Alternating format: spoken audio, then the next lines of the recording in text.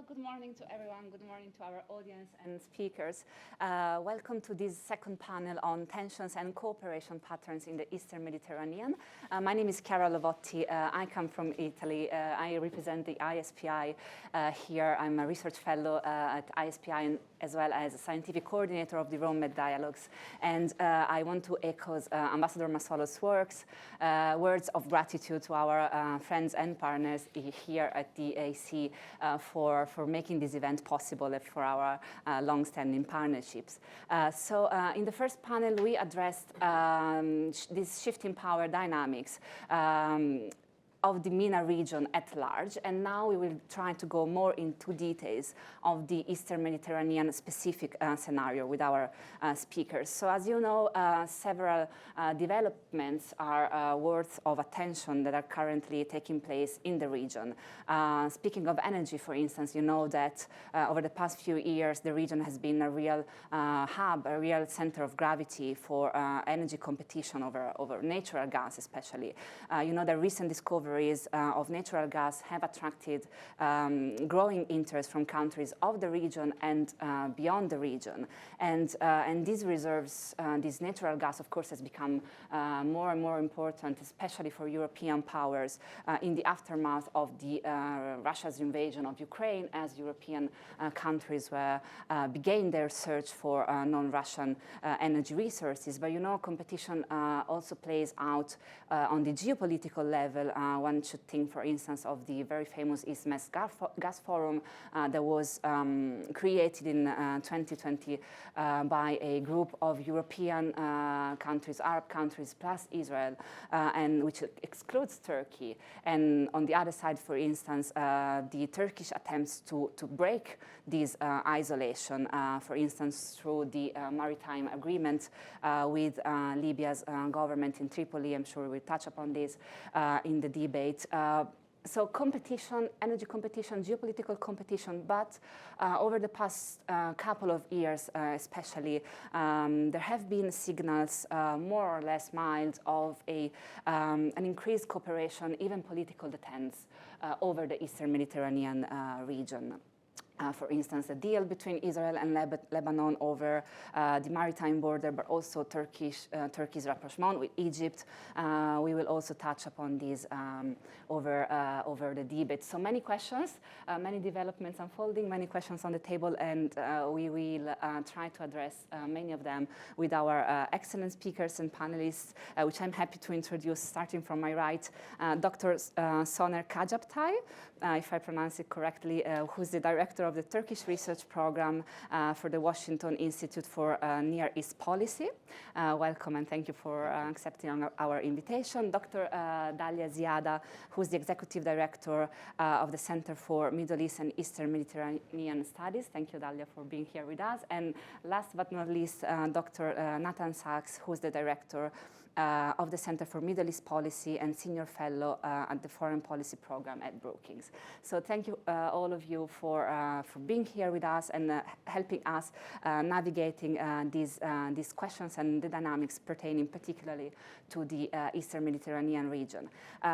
Before starting with you, Soner, I should remind our audience that you can submit your questions through the askac.org function on your devices, and I will convey them to the speakers after our first round of questions. So, Soner, I would start with you.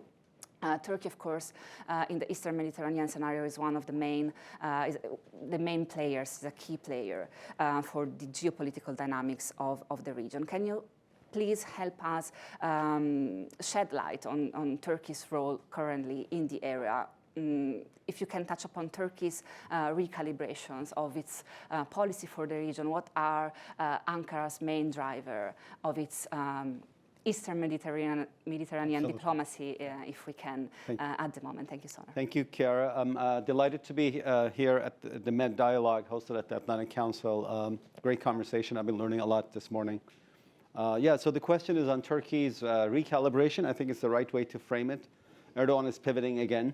He's done a number of pivots in the last 2 decades since he took Turkey's helm prime minister and then as president. And the new pivot, I think, has a US angle that sort of links to East-Med dynamics, but the East-Med pivot is really the most fascinating one. Kind of to understand the pivot, I think we have to look at how Turkey's policies in the Arab uprisings, specifically its singular support to the Muslim Brotherhood in Egypt and Hamas in Gaza, left it isolated in the East-Med. Turkey's ties with Israel ruptured, its ties with Egypt ruptured. And so its old adversaries, Greece and Cyprus, started to link with its new adversaries, Egypt and Israel, sorry. And these four countries were building new fora and alliances every month, every year, always excluding Turkey. So I think Ankara started to see itself as being isolated in the East-Med by a Greek, Cypriot, Israeli, Egyptian axis. And Turkey's response to this was to interfere in Libya's civil war, driven by the perception that if Libya was under a Turkey-friendly government from Tripoli, the internationally recognized government, then it could be Turkey's maritime neighbor in the East Mediterranean. And if Turkey and Libya are maritime neighbors, that means Turkey can break this axis running from Athens across the Mediterranean to Israel. That policy worked. I think a lot of people were dismissive of Turkey's intervention in Libya. Tripoli not only did not fall to the force of General Haftar, who at one time was backed by the Emiratis, Egyptians, as well as politically Greece and even France, but also I think Turkey's efforts kind of stabilized the Tripoli government. And here I think Turkey and Italy had overlapping interests, of course. But broadly speaking, I would say not only did the Tripoli government not fall, but also it signed an exclusive economic zone agreement with Turkey, which makes Libya and Turkey neighbors. This counters Greece's and Cyprus's own visions of how far their EEZs reach out. These EEZs overlap inevitably, and I think Greece and Turkey mutually deny each other maritime space. But anyhow, broadly speaking, I would say the intervention in Libya allowed Turkey to not be blocked in the East-Med. That was the first part of the pivot, military. And quite impressive because, as I said, not only Turkish military made an amazing comeback, impressive comeback from the coup attempt of 2016, but it defeated these quite significant forces that were also at one time beefed up with the Wagner's army, Chinese drones. So basically, it was quite a coalition and constellation. That was the military part. Now comes the political part, where Turkey realized that it has to break this four-country axis. So it went on a charm offensive towards the Egyptians and the Israelis. The Egyptian part has been the toughest. I think I would say that the way I see is Egypt and Israel now, I think they're part of a new constellation in the Middle East. I would call it the new Middle Eastern Quad. It also includes UAE and Saudi Arabia. I think Egyptians and Israelis were not too warm about our reset. They said, maybe indirectly, they told Erdogan, said, go reset with the Emiratis and the Saudis first and then come to us. Turkey reset with Emiratis and Saudis. Israelis came next. Egypt was the last piece. We just saw that a visit has been announced after Erdogan met Sisi for the first time in 10 years.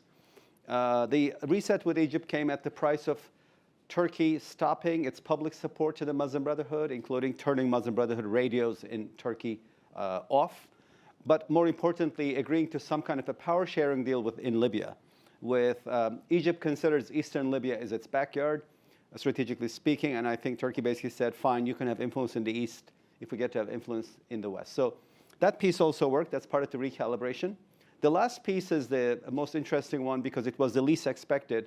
It is a reset with Greece. This came after escalated rhetoric between Turkey and Athens in the last few years and some near collisions of naval forces and other unfortunate incidents. The earthquake, a sad and tragic event in Turkey, of course, a huge natural disaster, resulted in Greece being one of the first countries to fly in assistance. I think that allowed Erdogan to have a reset with Greece verbally. Escalatory rhetoric disappeared. New Foreign Minister Hakan Fidan met his counterpart. I think his tweet in Turkish and English was one of the most friendly tweets that the Turkish bureaucrat has put up in terms of regarding ties with Greece in a long time, in living memory. And now Erdogan Mitsotakis meeting, of course, it's all warming things up. It links ultimately, I think, Erdogan's reset or attempt to reset with the United States. I think he sees that because U.S.-Greek ties have improved so much within the background of deterioration of Greek U.S.-Turkish ties, Turkey kind of is trying to rebalance this triangular relationship, which is also how I think, before I finish, Turkey sees that it wants to re-establish a balance in its relationship with Israel, vice the Israeli-Greek relationship. So Greek-Israeli ties throughout the Cold War were not in great shape. And Turkey was Israel's best friend in the East Med among NATO allies.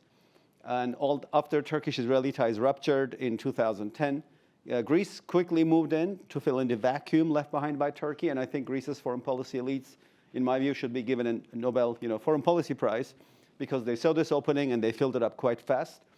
And Turkey realized that it was the developments between Greece and Israel, the improvement of ties, was coming at the expense of Turkey's presence in the region. So it's trying to reset with Israel, also in order to balance off against the improvement in Greek-Israeli ties. Though I think, unlike the U.S. view of the East Med, where the U.S. doesn't want to put all eggs into one basket, U.S.-Greek ties have never been better, in my view, in recent memory. But I think Washington still wants to kind of keep Turkish-U.S. ties also strong.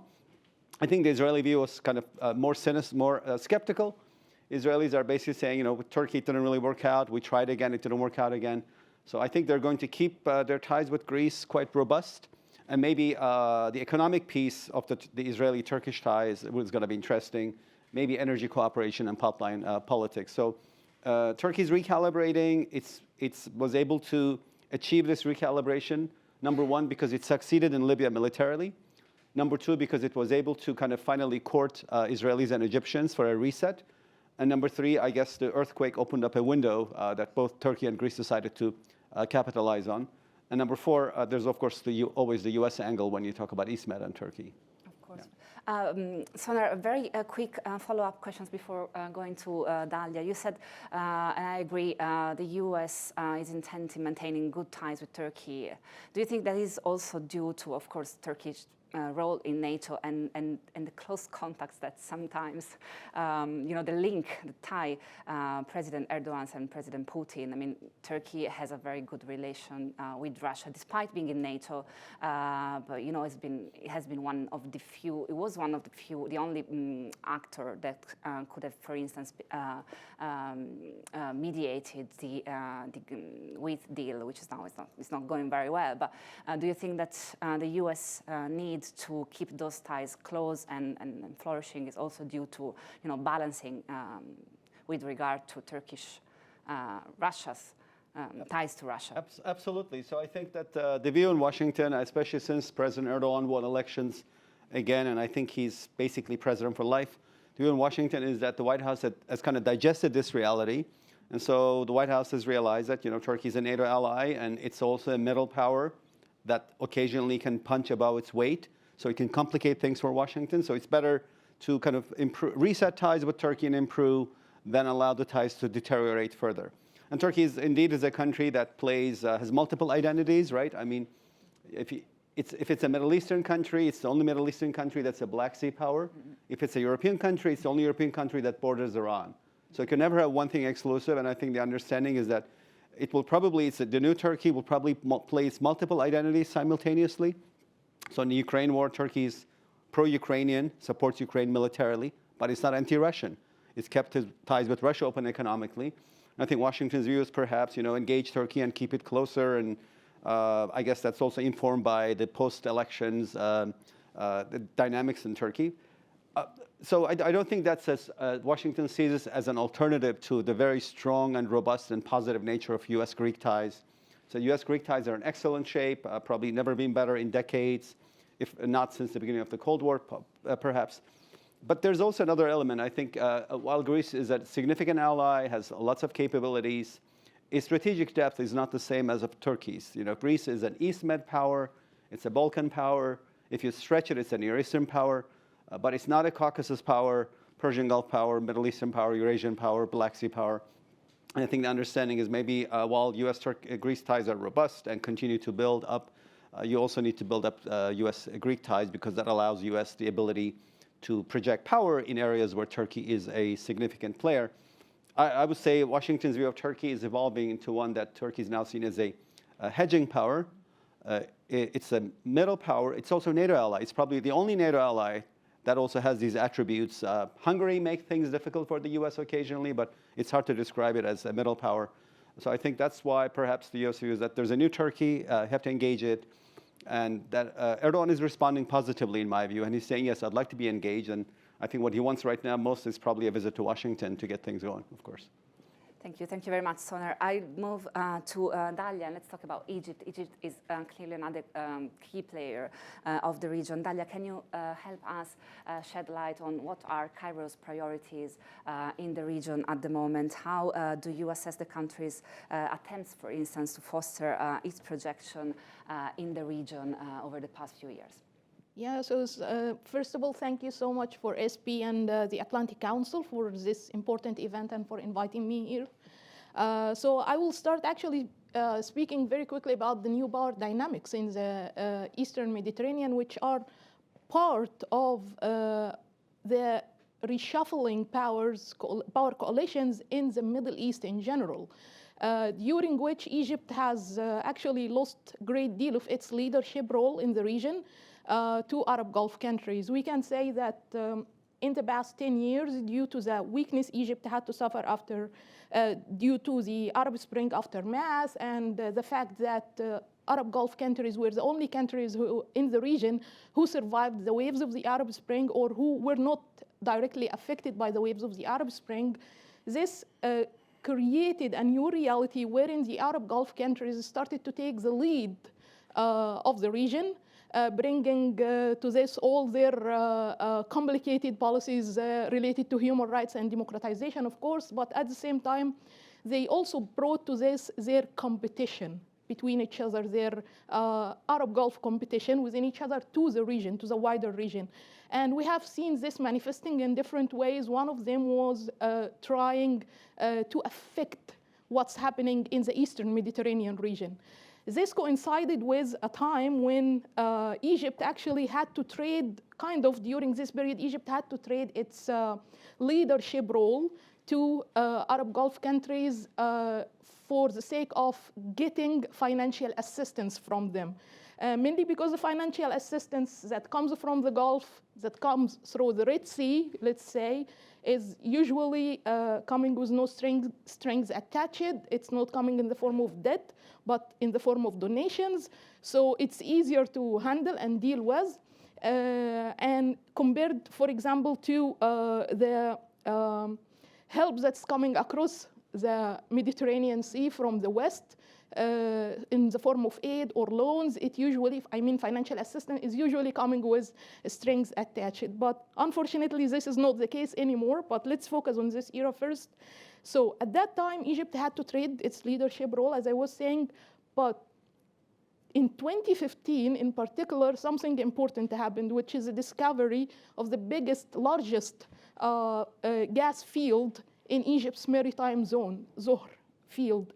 And this actually was kind of the lifeline for the sinking leadership role, Egypt's regional leadership role, that brought it back to the surface, not only economically, but also politically and geopolitically, because these new discoveries of the gas in the Eastern Mediterranean enable Egypt to take cooperate with Israel, first of all, cooperate economically with Israel on gas liquefaction and selling to Europe and other places, and also naturally led to security cooperation with Israel, which consequently made Egypt, when the right time came, when there was an Israel-Palestinian conflict being renewed, made Egypt the only key player in the region and perhaps in the whole world that was able to mediate in this conflict, and again brought Egypt to the forefront and brought Egypt again to playing an important role in its Middle Eastern context, and even attracted Western leaders. Like it was, for example, the first time President Joe Biden makes a phone call to the Egyptian president when, after Egypt mediated in the Israeli-Palestinian conflict, an episode of the Israeli-Palestinian conflict in 2021, although at the beginning, the Biden administration was not very friendly towards the Egyptian leadership. And at the same time, or on another level, Egypt's expanding economic role in the Eastern Mediterranean due to the gas discoveries also enabled it to open up to Europe and enabled also Europe to be more interested in Egypt. We have seen, for example, this agreement signed between Greece, Cyprus, and Egypt. Also the agreements or the MOUs that are signed between Europe, Israel, and Egypt, also on the issue of LNG or liquefied natural gas exportation. This dynamic, or this actually new leadership role found in the Eastern Mediterranean, it was not happening on purpose. In other words, Egypt was not leading or trying to achieve a leadership role to compensate for its lost role in the Middle East. But actually, Egypt's policy in the Eastern Mediterranean was motivated by, first, economic gains, trying to find new economic gains, and also national security, keeping it safe as it's surrounded with problems from all sides. Civil war in Libya, Sudan, and all its troubles, and also the Gaza troubles, and all Hamas and all the stories there. But at a certain moment, this was threatened by Turkey's intervention in Libya.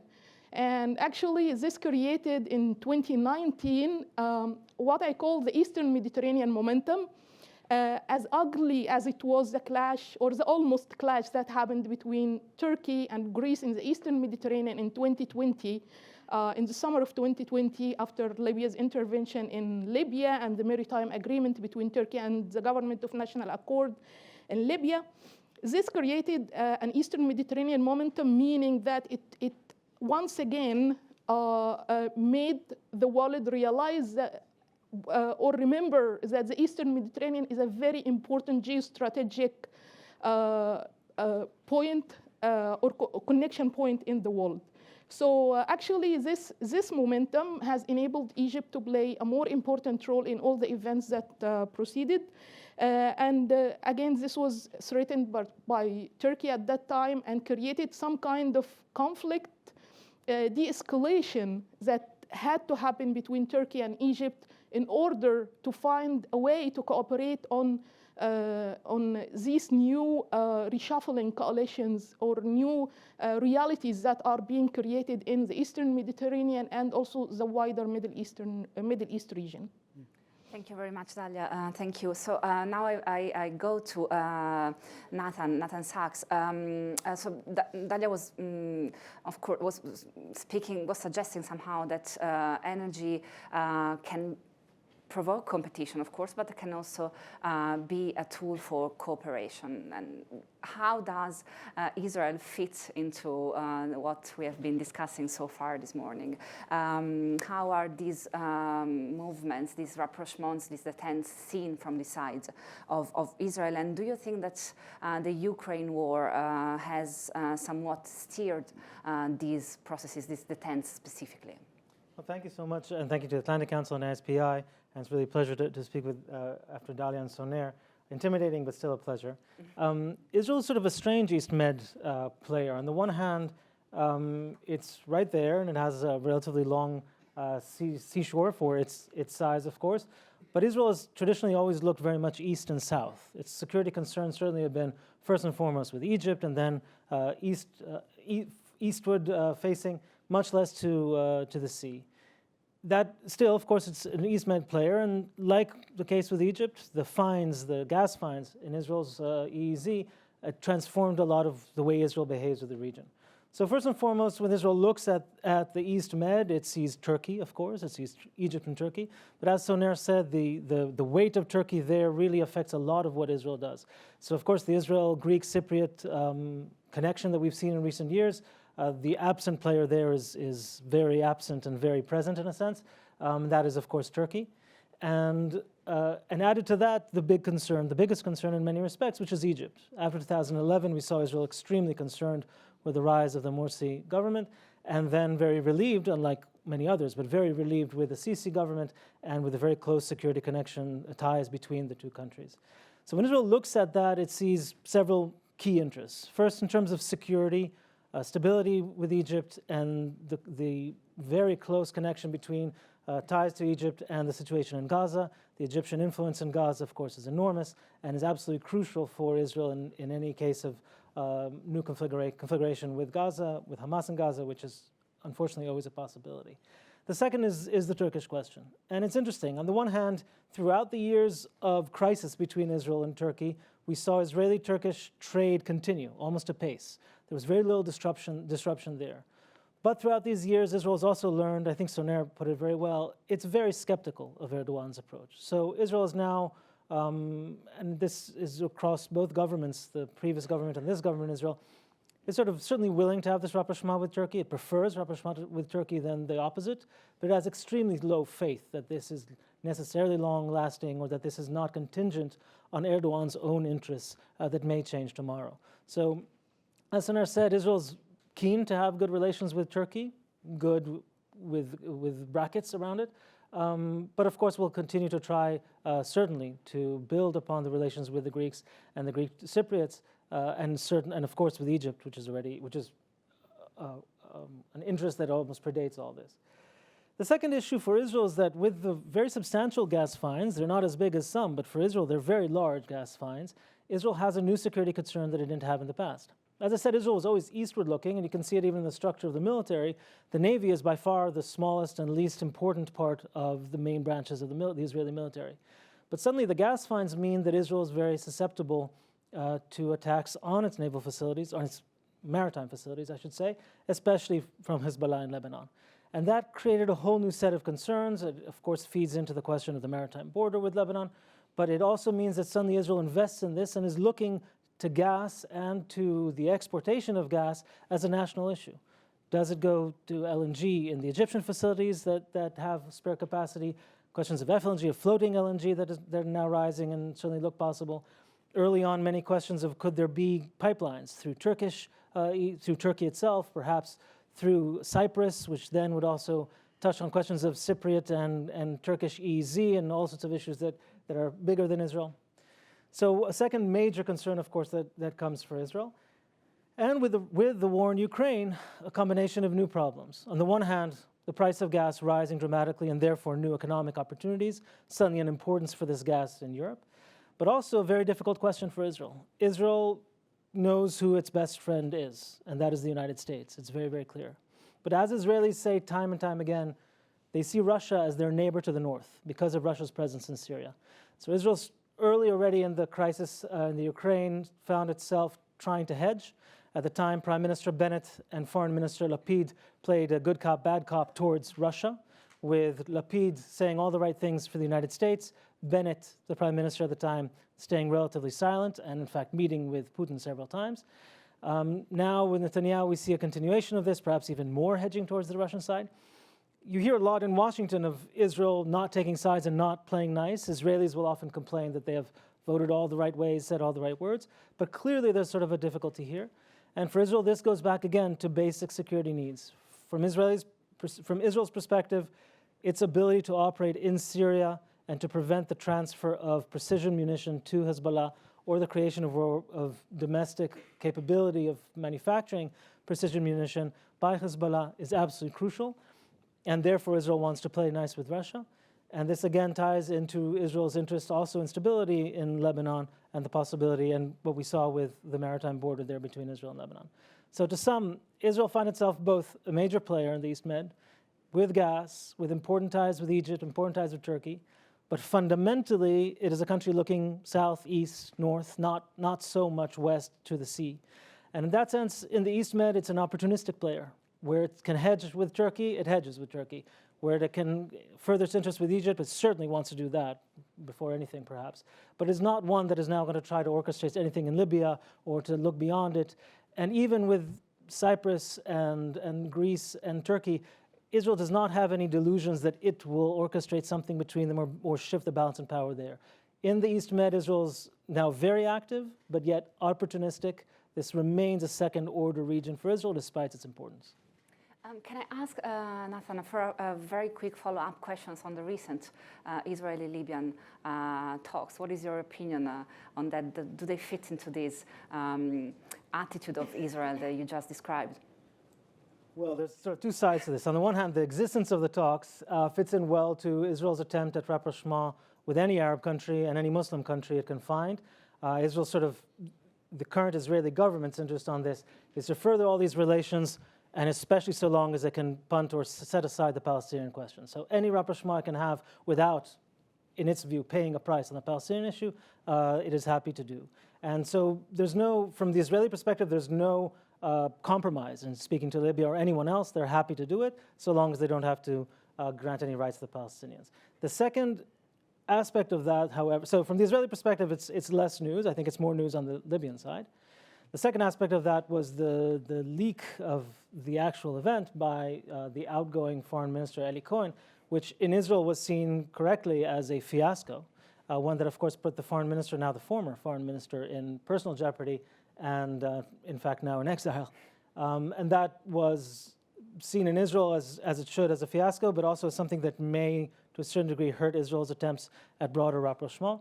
Of course, all this is under the big umbrella that the big goal for Israel right now is not Libya, it's not Indonesia, it's not anyone else. It's the crown jewel, which would be Saudi Arabia, with the hope, the Israeli hope that after Saudi Arabia, many other parts, certainly Indonesia or others, might follow.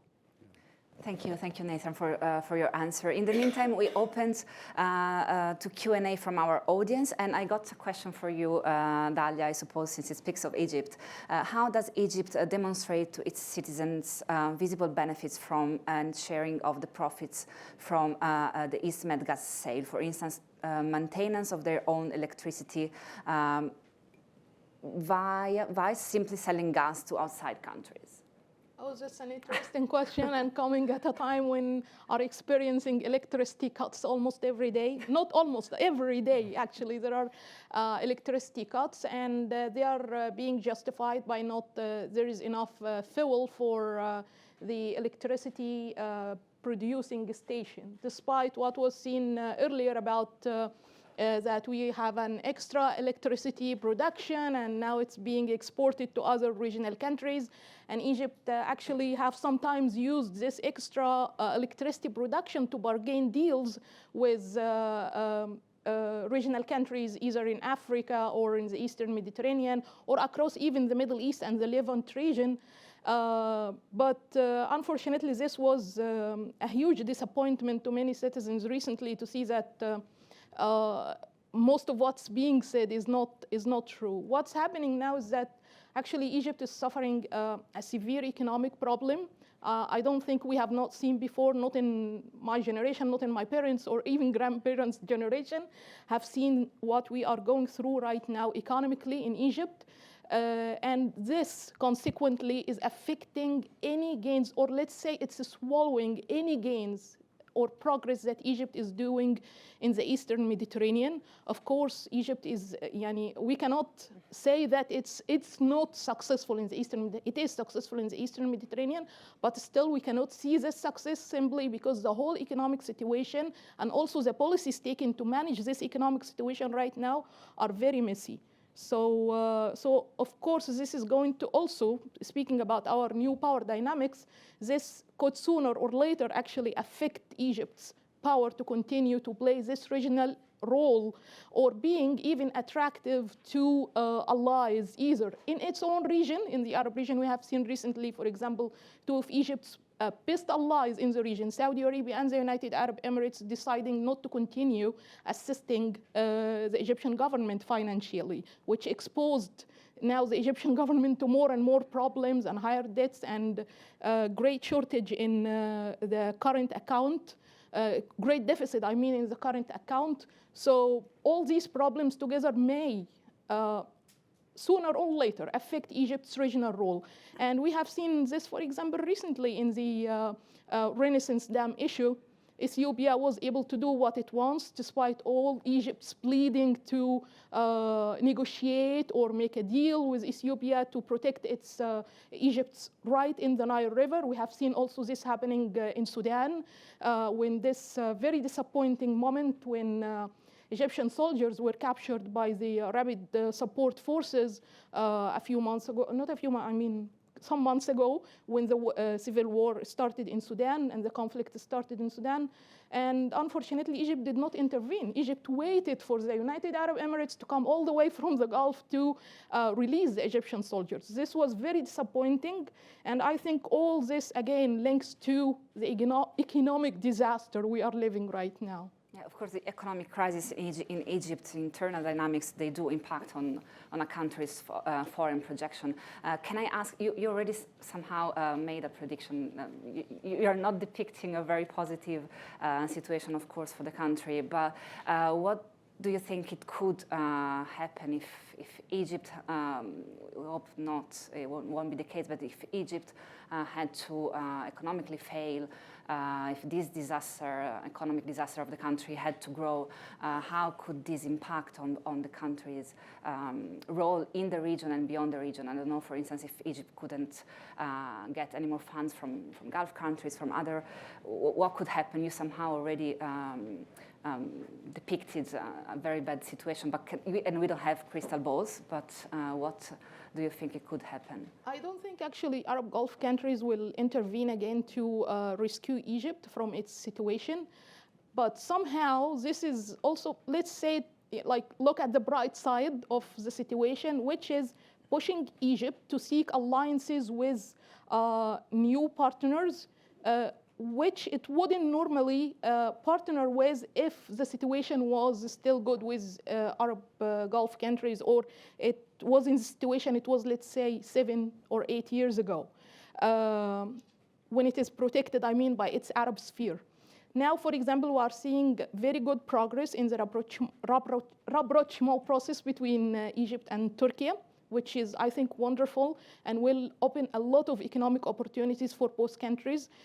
Because actually, despite the fact that there was all these diplomatic tensions that has been going on for years, the economic relationship stayed very good.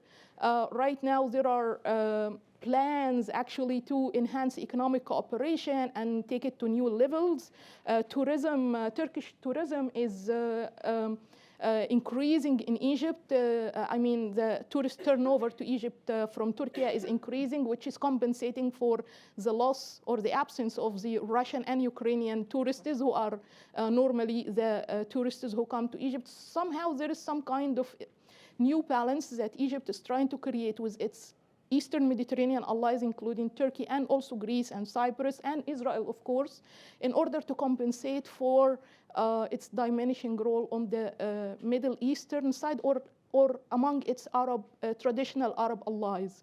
At the same time, also, we are seeing Egypt a little bit deviating towards China, India, and Russia, which was discussed in the previous panel with lots of details. But I think Egypt's going to this side is simply seeking to find new resources for financing. That does not come with the strings attached of human rights and democratization that comes from the West. So somehow Egypt will find a way, but actually the challenge here is that we are having in a few months a presidential election. I believe this presidential election will not go as easy as we are expecting it should be. There is like the whole scene right now tells that we may see surprises in this election. So what happens in the next few months will definitely determine Egypt's internal politics and also Egypt's regional role on the short and long term. Thank you, Dalia. I want to ask you about the elections, don't worry, any prediction on that. So I got another question from the audience for Soner. I think you can read it with me if you want. Turkey has reset its foreign policy and self-identity with its neighbors routinely over the years. How is this different? Is it because of Erdogan's for-life presidency? Not exactly. I think it's because Erdogan is resetting again. He's made many pivots along his career. The first 10 years, he was an internationalist, pursued EU accession. That didn't move forward, mainly because of France and Germany objecting to full membership for Turkey, and Erdogan decided it wasn't worth it. Arab uprisings provided an opportunity. At the time, the economy in Turkey was doing phenomenal. And so kind of this can-do attitude allowed Erdogan to think that he could Turkey could single-handedly shape the outcome of the events in the Arab uprisings in Egypt and in Syria. It didn't work out so well for Turkey. In Egypt, its support for brotherhood left it completely isolated across the Arab world. And of course, its intervention in Syria put it at odds with Russia and Iran, its historic nemesis and regional competitor, respectively. And that policy, I think, was also bookended by an economic crisis that came in just before the pandemic and was compounded by the pandemic. So now he's doing his second big pivot in his career. If the first one was to make Turkey a standalone power in the Middle East, the second one is informed by this desire that Turkey is economically integrated with the West, but politically it can be on its own. So he's going for deepening of customs union with the European Union, better ties with Washington, so that markets will be comforted to invest in Turkey. But all this is still informed by Erdogan's vision that Turkey should be a standalone power, embracing its multiple identities. And I think the resets with the Gulf countries have helped Turkey economically. A lot of money went into Turkey's economy before the elections. I think the Saudis and Emiratis both helped Erdogan win the elections, and that suggests stronger ties going forward with them. So I would say I followed Erdogan's career for about 2 decades. He's kept me employed. I feel like this is the new pivot in his career where he's going for a new foreign policy vision where it's a middle power, economically part of the West, politically on its own, and it punches above its weight because it has a military that's made a spectacular comeback from the coup attempt, and also its drones that help it. I think that's what allows Turkey to punch above its weight. The drones helped Turkey win the war in Libya. Significant victory, given that at one point General Haftar's army was backed by the Egyptian and UAE militaries, politically supported by Greece and France, and had Wagner's army and Chinese drones, and Turkey was able to push back against all those. So I think Erdogan's felt slightly vindicated on the political side. And he's saying, yeah, sometimes I'm isolated, but I can make up for missing political power with hard power. Maybe that's kind of the definition of the new Turkey. Thank you very much, Soner. I think we have time for a very last question for Natan, turning to Israel-Saudi normalization specifically. So what does this mean for President Biden specifically? We know what Israel has to gain from this process. We know what the Saudis have to gain from this process. But for President Biden, who has tense relations with both MBS and Netanyahu, what is his main interest in seeing this deal come to fruition? You have about 1.5 minutes to it's answer. easy. Very easy. I'll say first, it's a good question that's been asked more than once in Washington in the past few months. So I think the answer is partial. I think the answer is that it's mixed. There are a few different things. One is an interest in simply a major, and this would be a major international achievement. And of course, domestic politics in the United States are not lost on anyone. So an attempt to enter an election year with what really genuinely would be a major success in the region.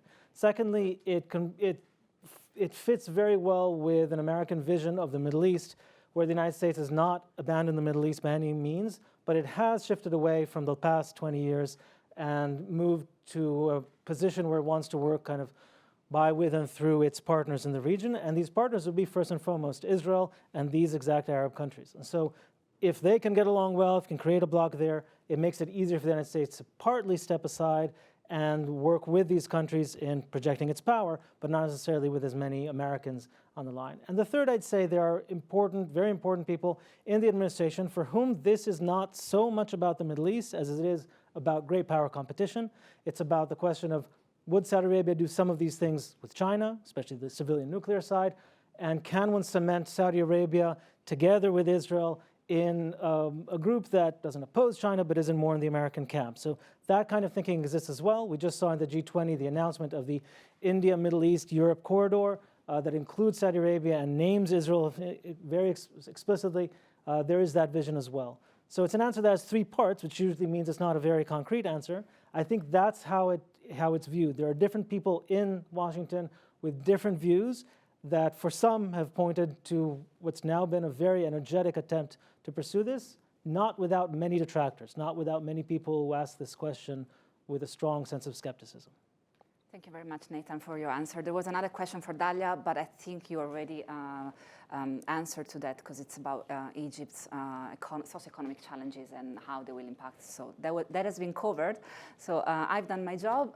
You speakers have been excellent and helped us navigate through the complexity of this region and gave very precise perspectives on three of its main key players. So while I remind you that we are now going to a 10-minute break, please join me for a round of applause to our panelists.